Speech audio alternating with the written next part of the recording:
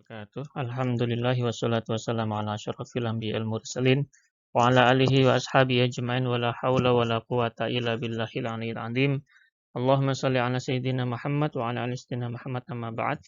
Alhamdulillah pada kesempatan kali ini kita bisa berkumpul kembali dalam rangka ngaji bareng kitab Jahrul Maknun, yang pada kesempatan kali ini kita akan mempelajari tentang hadful musnad ilaih, atau bagaimana musnad ilaih itu tidak disebutkan dalam suatu kalimat dan faktor-faktor yang menyebabkan hal tersebut.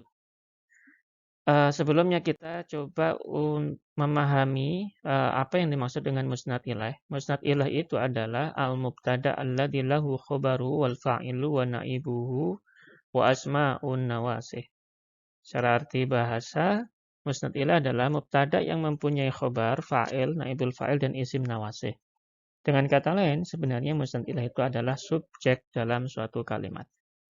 Oke, seperti halnya dalam ungkapan berikut, ahlan wa sahlan. Dalam ungkapan berikut, kata-kata ahlan wa sahlan itu sejatinya di dalamnya terdapat subjek dan predikat. Namun subjek predikatnya tidak disebutkan. Justru yang disebutkan dalam ungkapan ini bukan subjek predikat, namun maf'ul mutlaknya atau objeknya. Nah, ahlan wa sahlan itu sejatinya ji'ta huna ahlan wa nazalta makanan sahlan. Jadi kamu saya anggap di sini sebagai keluarga dan kamu singgah di sini itu dipermudah urusanmu. Anggap aja seperti rumah sendiri. Jadi dalam ungkapan ini kata ji'tanya tidak disebutkan. Ji'ta dari kata ja'a itu fi'ilnya, ta itu adalah dhamir muttasil sebagai fa'il atau di sini sebagai musnad ilaih. Sehingga musnad ilaihnya itu dhamir tadi, kemudian ja'anya atau ji'tanya itu fi'ilnya sebagai musnadnya. Sehingga subjek predikatnya dalam kalimat ini tidak disebutkan. Namun disebutkan secara langsung maf'ulnya, yaitu ahlan wa sahlan.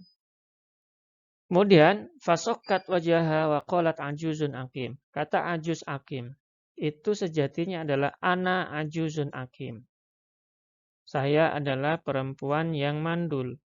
Nah, kata-kata saya, ana, tidak disebutkan dalam ungkapan ini karena untuk mempersingkat ungkapan. Selain itu juga karena memang sudah diketahui musnad ilaihnya, yaitu kata ana itu sudah diketahui bahwasanya yang dimaksud dengan kata ajuzun akim itu adalah ana.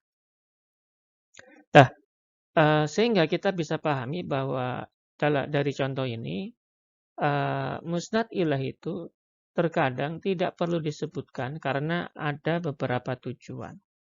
Nah, dan di antara tujuan yang bisa dikatakan menjadi faktor musnad ilaih tidak disebutkan, itu ada beberapa hal atau beberapa macam.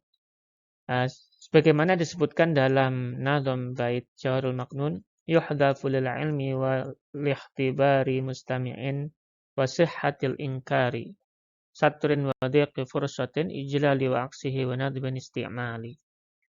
Yuhdhafu, dihilangkan atau tidak disebutkannya musnad ilaih dalam suatu kalimat itu karena diketahui musnad ilaihnya, atau untuk menguji yang diajak berbicara maupun untuk mengingkari, untuk memudahkan pengingkaran suatu hal. Selain itu juga karena adanya rahasia yang tidak ingin diketahui oleh orang lain selain yang berbicara dan yang diajak bicara, karena juga dhiqi fursah, terbatasnya waktu, atau karena mengagungkan musnad ilaih atau menghinakan musnad ilaih, atau juga karena nadham, keperluan syair, ataupun istimal, kebakuan ungkapan yang biasa digunakan. Oke. Sekali lagi, ada beberapa macam mengapa musnad ilaih itu tidak disebutkan. Di antara macam faktor atau tujuan mengapa musnad ilaih tidak disebutkan. Yang pertama, karena pendengar sudah mengetahuinya. Yang kedua, karena untuk menguji daya ingat pendengar. Yang ketiga adalah supaya mudah mengingkarinya ketika diperlukan. Yang keempat adalah untuk merahasiakan suatu hal kepada orang lain selain mukhatab atau selain yang diajak bicara. Yang kelima adalah terbatasnya waktu berbicara atau dhiqi fursah. Yang keenam adalah ijlal, mengagungkan atau memuliakan musnad ilaih atau subjek. Yang ketujuh, aksi dari ijlal yaitu menghinakan atau menghina musnad ilaih. Yang kedelapan, nazam atau darurat nazam, menyesuaikan nazam kaidah syair dalam bahasa Arab ataupun istiqmal, mengikuti bahasa yang berlaku di kalangan orang Arab. Secara ringkas, faktor-faktor mengapa musnad ilaih itu tidak disebutkan adalah sebagai berikut. Yang pertama lil ilmi, yang kedua likhtibari, yang ketiga lisihhatil ingkar, yang keempat satrin, yang berikutnya adalah untuk dhiqi fursah, ijlal, aksu ijlal, kemudian karena nazam, karena istiqmal yang biasa digunakan. Atau dalam bahasa Indonesia kita sebut kenapa subjek dihilangkan? Karena memang sudah diketahui subjeknya atau musnad ilaihnya, atau untuk menguji pendengar bagaimana dia memahami suatu ungkapan, apakah masih mengingat apa yang dulu pernah ia dengar atau dia ketahui. Kemudian untuk memudahkan pengingkaran sesuatu pada orang lain. Itu juga untuk menjaga rahasia agar orang lain tidak tahu apa musnad ilah yang dibicarakan. Itu juga karena waktu yang terbatas, untuk penghormatan, untuk penghinaan, karena memang aturan puisi agar semakin indah puisinya, atau kebiasaan pemakaian. Contoh dari lil ilmi, pendengar telah mengetahui subjeknya seperti dalam ungkapan berikut. Mahir Fatu Zaid, apa profesi dari Zaid? Tidak usah disebutkan secara panjang. Hirfatu Zaid abid, tidak usah. Namun cukup dengan kalimat atau ungkapan pendek abid. Atau Zaid seorang abid. Tidak disebutkan Zaidun abid, tapi cukup abid. Kenapa? Karena subjeknya atau musnad ilahnya sudah diketahui. Contoh berikutnya, likhtibaril mustami, untuk menguji daya ingat mukhatab atau yang mendengarkan atau yang diajak bicara. Contohnya dalam ungkapan ini, nuruhu wasitatun min nuri syamsi dan huwa wasitatu aqdil kawakib. Ini dalam satu ungkapan ya. Nuruhu, hu-nya ini mestinya rujuk kepada kata sebelumnya yang tidak disebutkan di sini. Yaitu kalau kita bisa kira-kirakan sebagaimana kita orang yang pernah mendengar ungkapan ini, ketika ada orang berbicara nuruh wasitotun min nuri samsi, cahayanya berasal dari cahaya matahari, maka terbesit dalam benak kita ketika kita memahami ilmu fisika, yang berasal dari cahaya matahari itu biasa adalah qamar atau bulan. Maka ungkapan ini sejatinya adalah al-qamaru nuruhu wasitotun min nuri samsi. Nah, kata qamarnya tidak disebutkan.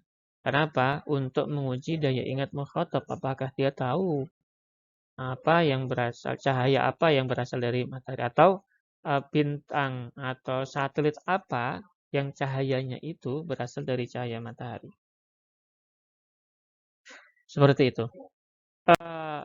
Berikutnya, faktor berikutnya, selain karena untuk menguji daya ingat pendengar, bisa juga untuk memudahkan pengingkaran kepada mukhatab. Contohnya ketika kita tahu ada seorang mukhatab yang berbuat buruk atau berbuat hina. Tidak usah disebutkan secara panjang lebar karena kita ingin mengingkari perbuatan dia, kita ungkapkan dengan kalimat yang pendek, yang singkat. Laimun khosisun. Yang sejatinya kalau disebut secara panjang lebar adalah huwa laimun khosis. Dianya atau huwanya itu dihilangkan, hanya tinggal kata-kata tercela dan lagi hina. Nah, tidak disebutkannya musnad ilaih dalam ungkapan ini karena untuk memudahkan dalam pengingkaran suatu ungkapan. Berikutnya, untuk merahasiakan musnad ilaih atau subjek dari selain mukhatab, seperti ungkapan akbala. Akbala tidak disebutkan musnad ilaihnya karena apa?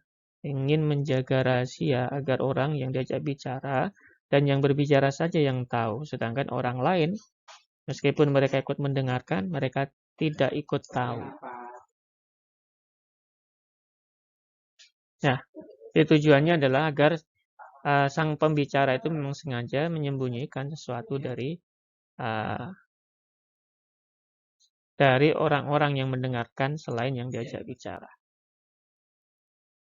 Ya, selain itu, karena sempitnya waktu, diqil fursah atau tergesa-gesa. Dalam bahasa Arab contohnya kalimat ini. Kaifa anta alil. Ketika kita menjenguk orang sakit, karena sempitnya waktu untuk berbicara, mungkin karena saking sakitnya, dia berkata-kata, dia tidak mungkin berkata-kata dengan panjang lebar. Ketika ada orang bertanya, bagaimana kabarmu? Sakit. Tidak mungkin dia menyebutkan panjang lebar, itu terlalu mungkin capek atau tidak memungkinkan dia untuk berbicara panjang. Kalau dia menyebutkannya, saya sakit, mungkin terlalu panjang. Maka tidak disebutkannya kata ana. Namun yang disebutkan hanya musnadnya, bukan musnad ilahnya. Alilun, bukan ana alil. Atau mungkin ketika kalian izin ke toilet atau pada guru umpamanya, kalian biasanya mengungkapkan kata-kata, "Mohon Ustadz izin ke belakang." Ya. Yang izin siapa? Nggak disebutkan di situ. Mestinya yang lengkap kan? Mohon maaf Ustadz, saya izin ke belakang atau ke toilet untuk qadul hajah. Namanya seperti itu. Namun dalam pengungkapannya tadi tidak disebutkan sayanya. Mengapa? Karena saking sempitnya waktu atau tergesa-gesa ingin ke belakang. Jadi kalau keburu diungkapkan, bocor di situ bagaimana? Oke, kita lanjutkan. Selain tujuan tadi atau faktor tadi, ada lagi untuk mengagungkan musnad ilaih. Biasanya kalau kita ingin mengagungkan seseorang, yang terucap adalah ucapan kekaguman tanpa menyebutkan subjek yang dikagumi. Contohnya, muqirun li syara'i wa mudhihun lid dalil. Orang yang menyampaikan syariat dan memperjelas petunjuk.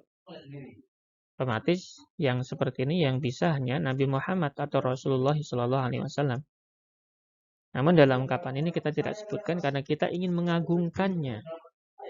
Sebenarnya ketika kalian berbicara memangnya kepada orang, ketika kalian mengagumi apa yang dilakukan orang lain, umpamanya, keren. Kata keren ini sejatinya adalah khobar atau dalam bahasa Arab kita sebut sebagai musnad. Sedangkan musnad ilahnya itu adalah dia keren. Artinya kata dianya itu tidak disebutkan karena untuk mengagungkannya. Yang muncul adalah musnadnya. Kemudian selain itu juga tahqir untuk menghinakan musnad ilah atau subjek. Contoh ketika kita ingin menghinakan biar nggak terlalu banyak dosa ya, kita sebutkan jahil. Tapi tidak disebutkan siapanya, subjeknya, dan sebagainya. Kenapa? Untuk mungkin berbicara kita agar tidak terlalu banyak yang buruk-buruk. Selain itu, karena daruratun nadham atau keperluan syair atau nadham maupun puisi dan rumus-rumus dalam puisi atau disebut dengan wazan. Contohnya ini. Ala annani radin bi an ahmilal hawa wa ukhlisa minhu la alayya wa la liya. Kata-kata ini, sesungguhnya aku rela untuk menahan hawa nafsu. Dan aku selamat daripadanya, tak ada sesuatu pun yang membahayakanku dan memberi manfaat padaku. Kata la alayya wa la liya dalam ungkapan ini, la alayya wa la liya dalam ungkapan ini, tidak disebutkan secara lengkap. Mestinya dalam ungkapan ini disebutkannya la alayya syai'un wa la liya syai'. Kata syai'nya tidak disebutkan karena ini musnad ilahnya ini karena apa? Karena dalam ketentuan syair ini kalau ini disebutkan rumusannya jadi tidak indah. Ya, seperti itu. Selain contoh ini ada lagi contoh yang lainnya dalam untuk keperluan nadham atau syair. Dalam kata ini man tabat sariratuhu humidat siratuhu. Barang siapa yang baik hatinya, maka tentu dipuji tingkah lakunya. Asli kata humidat sirotu itu aslinya adalah hamidan nasu sirotahu. Ya, musnad ilaihnya tidak disebutkan karena tadi agar nadomnya rima atau bunyi akhir nadom puisi ini indah. Karena kalau menggunakan kata yang ini sirotahu, maka tidak sesuai dengan yang depan sarirotuhu. Sehingga ini diubah menjadi bentuk majhul, bentuk naibul fa'il. Fi'ilnya jadi fi'il majhul. Seperti itu. Selain itu, yang terakhir adalah karena penggunaan atau mengikuti penggunaan tata bahasa Arab yang baku. Contohnya, romyatun min ghairi romin.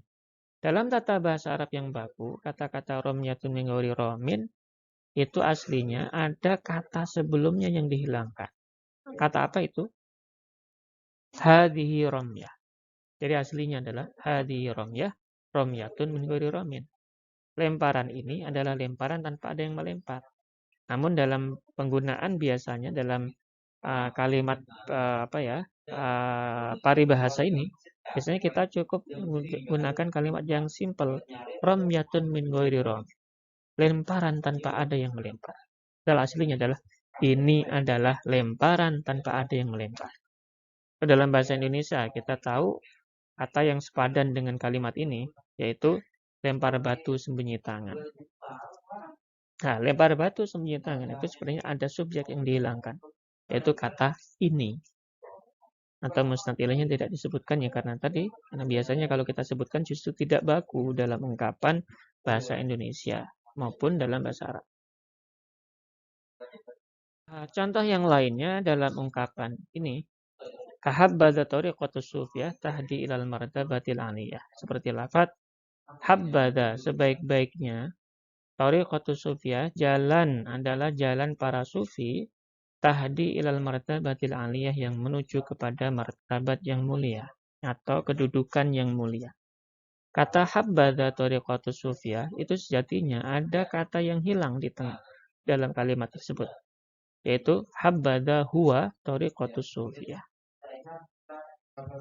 Kata huwanya tidak disebutkan karena memang biasanya dalam bahasa Arab itu kita tidak mau menyebut kata ini karena justru malah tidak baku. Padahal huwa itu adalah musnad ilaih. Oke, itu saja. Terima kasih atas perhatiannya. Mohon maaf atas segala kekurangan. Wa'alaikum minkum. Wallahu muwaffiq ila aqwamit thoriq. Assalamualaikum warahmatullahi wabarakatuh.